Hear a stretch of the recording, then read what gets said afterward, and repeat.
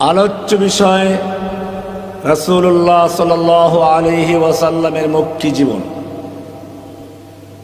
দাওয়াতের পদ্ধতি, প্রতিবন্ধকতা। বিষয়টি অত্যন্ত গুরুত্বপূর্ণ। আমরা যারা ইসলামের দাওয়াতের কাজ করি, আমাদের প্রথম মনে রাখতে হবে আমাদের লক্ষ্য কি, উদ্দেশ্য কি, আমাদের পরিচয় কি।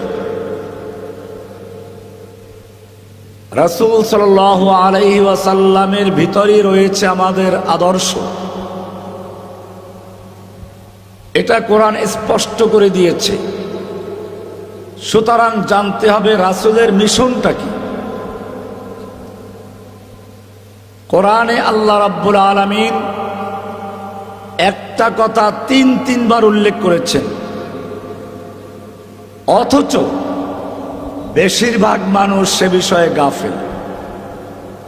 যদি বলা হয় এক বাক্যে উত্তর দাও, আল্লাহ তাআলা তার রাসূলকে দুনিয়াতে হেদায়েত এবং কোরআন দিয়ে কেন পাঠালেন, এক কথায় উত্তর, আল্লাহ তাআলা তার রাসূলকে হেদায়েত এবং কোরআন দিয়ে কেন পাঠালেন। দেখা যাবে যে এক একজন এক এক উত্তর দিচ্ছেন, অথচ বিষয়টি কোরআনে বলা আছে। একটা পাগলকে যদি জিজ্ঞেস করা হয় রাস্তায় হাঁটছে, কেন হাঁটছো জানি না, কোথায় যাচ্ছ তাও জানি না, পাগলের যে ভূমিকা, আমার মনে হয় আজকে মুসলিম উম্মার বেশিরভাগ লোকদের অবস্থা সেরকম। তারা জানে না যে কি করবে, কিভাবে করবে।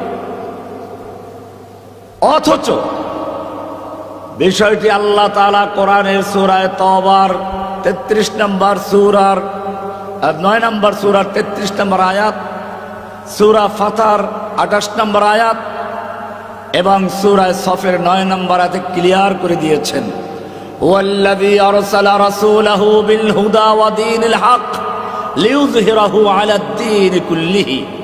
তিনি আল্লাহ, যিনি তার রাসূলকে হেদায়েত এবং দ্বীনে হক দিয়ে প্রেরণ করেছেন, যাতে করে তিনি আল্লাহর দ্বীনে হকটাকে অন্য সকল দ্বীনে বাতিলের উপরে বিজয়ী করতে পারেন। একজন মুমিন যদি সত্যিকার অর্থে সে রাসূলকে ভালোবাসে, তার জন্য আল্লাহ জানিয়ে দিয়েছেন, কুল হাযিহি সাবিলি আদউ ইলাল্লাহি, বলো এটাই হচ্ছে আমার রাস্তা, আমি আল্লাহর দিকে মানুষকে আহ্বান করব।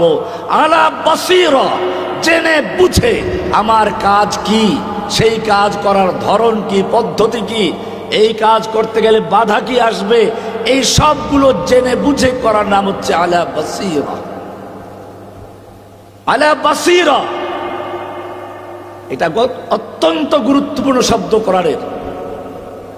এরপরে বলেছেন আনা ওয়া মান ইত্তাবাআনি, এটা আমার কাজ, আমাকে যারা ভালোবাসবে, অনুসরণ করবে তাদের কাজ।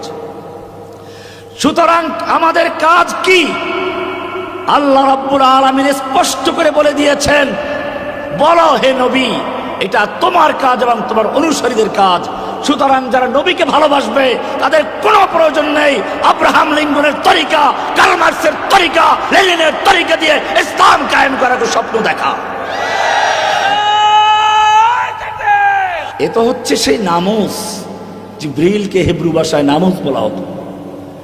এ তো হচ্ছে সেই নামুস যে মুসার কাছে আগমন করত ওহী নিয়ে, আল্লাহর বাণী নিয়ে। এরপরে যে কথাগুলো ওরাকা বিন নওফাল বলেছিল,